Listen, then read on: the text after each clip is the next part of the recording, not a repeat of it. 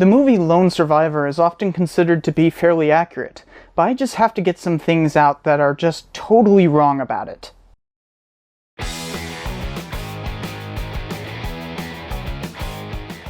Hey, Cypher here. When the movie Lone Survivor came out a couple years ago, I was all kinds of excited. As some of you may know, I'm an Afghan war veteran, and the events of this movie take place in the same province that I was in. The book this movie is based on was a must-have commodity at any post in the province. Suffice it to say, Marcus Luttrell was a legend to those of us who fought in Kunar. This movie, on the other hand, barely pays attention to the book it's based on. There is plenty here in terms of actual accuracy. The training footage in the beginning is actual stock footage of Basic Underwater Demolition School, or BUDS, which is the training that all SEALs go through. They obviously read the book and were advised by Marcus Luttrell. He even makes some significant cameos. In an interview before filming started, Lattrell said, "Most people get their information from movies and TV and don't read. So I want to make sure this movie is as realistic as possible." That would seem like a good founding for a historical movie, but there are so many inaccuracies otherwise. Ahmad Shah, the person that the SEALs are hunting for, is described in the film as being part of Al-Qaeda and a significant figure in the organization. In reality, he wasn't even a member, just a local Taliban leader, which is very different from Al-Qaeda.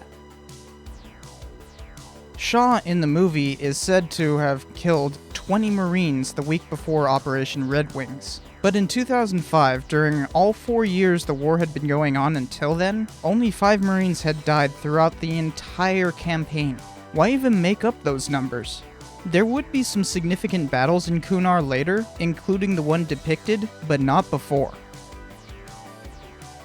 When the SEALs are found by the goat herders, they were probably already known of in the region, just not pinpointed. The herders were most likely looking for the SEALs, not just happening upon them. Also, only one of the herders was a kid, and the whole voting on whether to kill the herders is just false. Mike Murphy decided that, and no vote was taken. The ambush probably didn't have as many fighters as depicted in the movie. The original after-action report estimated 20 to 35, but the number has been significantly inflated since then, even in the book. I guess they needed to trump up the action a bit, which is alright, but 200 Taliban fighters is a bit too much to be taken seriously.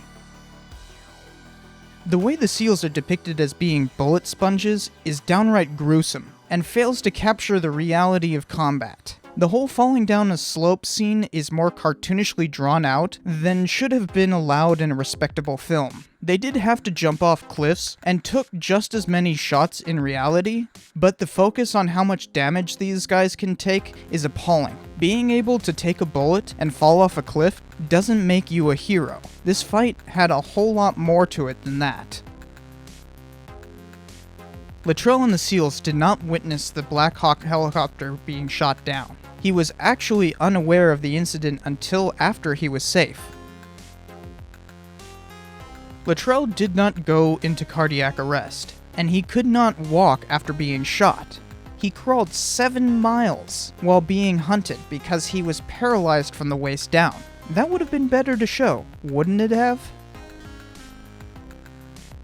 The way he is saved by a villager is completely false. In reality, Lattrell called for asylum to a villager he crawled to, and that man, whose name is Muhammad Gulab, was obligated to give it to him under the Pashtun code of ethics, called Pashtunwali. This could have made for a great scene, showing how differences in culture play into real warfare. A better movie that uses the same concept of Pashtunwali is The Beast of War, and as a tanker myself, I highly recommend the movie.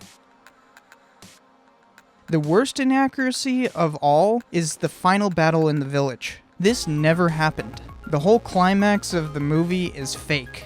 The smaller force of Taliban did try to infiltrate the village, but they didn't find their target. They had too little numbers to take on the entire village. Instead of having a big bombastic finale, They should have focused on how amazing Gulab was in helping Lattrell. These guys are still friends to this day, and Gulab was hunted by the Taliban for years afterwards. He wasn't allowed to live in the US until January of 2015, meaning he and his family spent a decade on the run.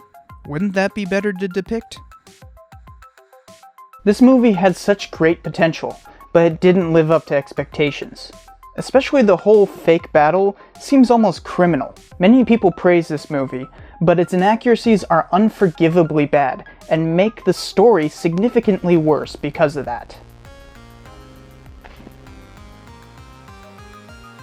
So, thanks for watching. Tell me what other based on a true story movies need busting in the comments below. Don't forget to subscribe and check out some previous episodes. I'll see you next time.